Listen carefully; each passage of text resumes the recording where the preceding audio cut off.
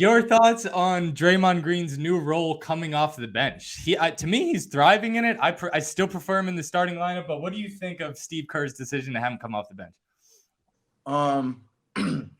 Wow, that's a tough one.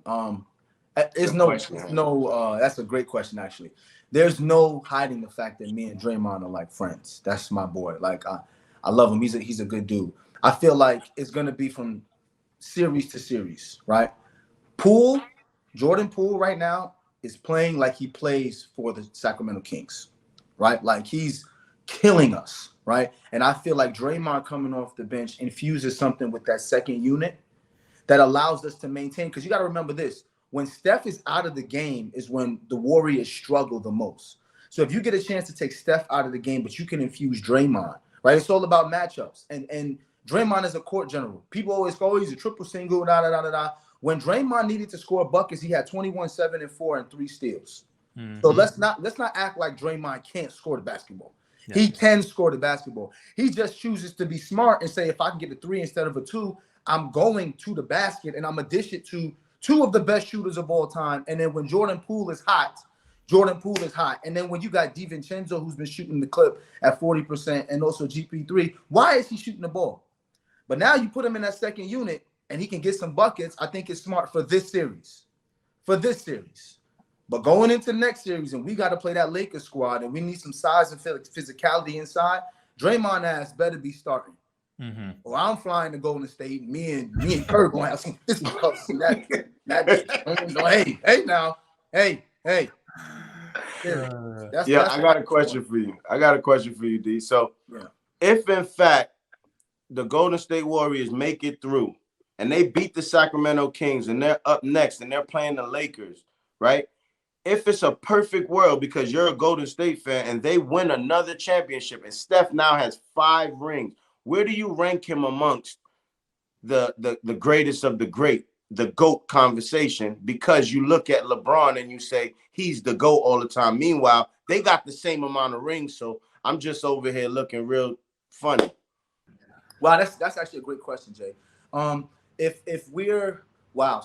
Steph's impact on the game is ridiculous. He changed the basketball on every level. Now everybody is shooting threes. It's positionless. You got guys shooting threes just to be able to keep up with what the Warriors can do. That's number one.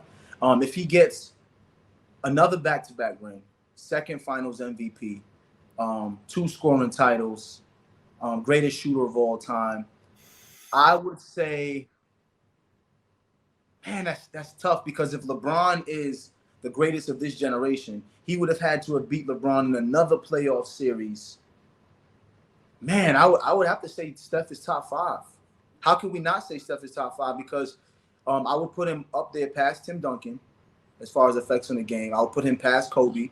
Once again, it's going to be the whole thing with he don't play defense like Kobe played defense and Tim Duncan played defense, right? And if Kobe and Tim Duncan aren't in the top 5, how does Steph get in the top 5? But when you're the greatest shooter of all times, and I've made this, I've told this to people all the time, and y'all can tell me because y'all are basketball guys. Scoring the basketball is the most important part of basketball, and I'll explain to you why. If you have 2 teams, you can get steals, you can get blocks, you can play defense, but nobody will win the game unless somebody scores. So if you have blocks the whole game, well, this person had 14 blocks, this person has 7 steals, but the score is still 0-0. The person who scores that 2 points is probably the most important part of the game, because they are the ones who decide who wins. The fact that he can score such an amazing clip with crazy efficiency, I would definitely put Steph top 5 if he wins this 5th ring. Well, you passed Tim Duncan and you passed Kobe. Keep going. So he's top 3. No, he can't be top 3. Because you got Michael Jordan, you have Kareem Abdul-Jabbar. He has not passed LeBron James yet. LeBron has more MVPs, more Finals MVPs. LeBron James' impact on what he's done in the league over 20 years. Steph would have to play a lot longer, because just longevity, get more points, accrue more assists, more rebounds, just to be able to be in that conversation. Like, I'm not going to discredit LeBron like that. Steph won some of them finals because he had a better team. That's just what it's, and his style of play is differently. But I wouldn't put him past LeBron. But I would put him up there right next to Magic. Like, let's not discredit Magic's ability to affect the game. I think he has 5 MVPs, 2 Finals MVPs, I believe. If I'm wrong, please correct me. But he also got 5 rings, been to the finals 9 times out of 11 years. You know what I'm saying? And won the finals MVP as a rookie.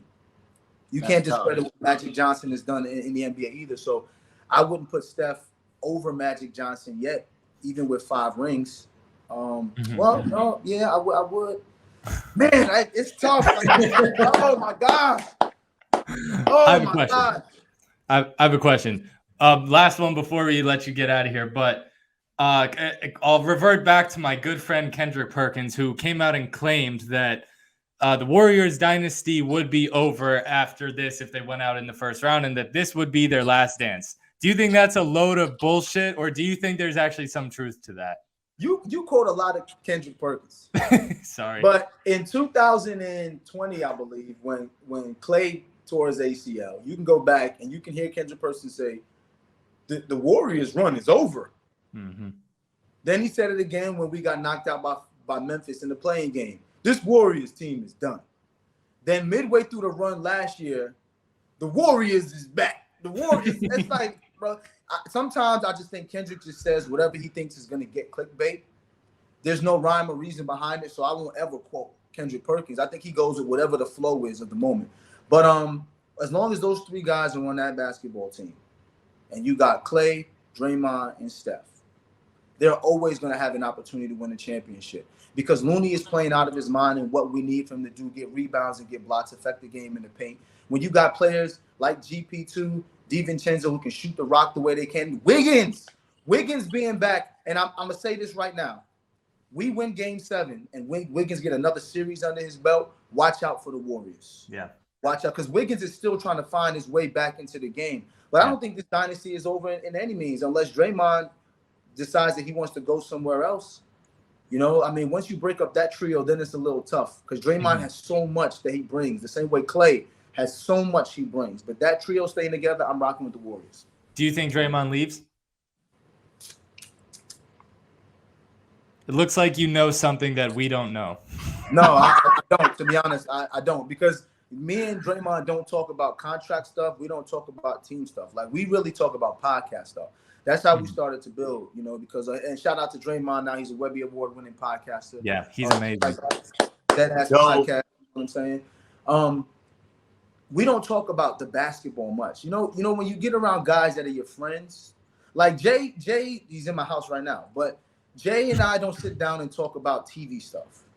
You know, we talk about the kids. We talk about how he's helping my kids become freaking savages. We talk about our wives. We talk about how we can build as men. So me and Draymond don't talk about that. But when I look at the landscape of the team, Draymond deserves to be paid.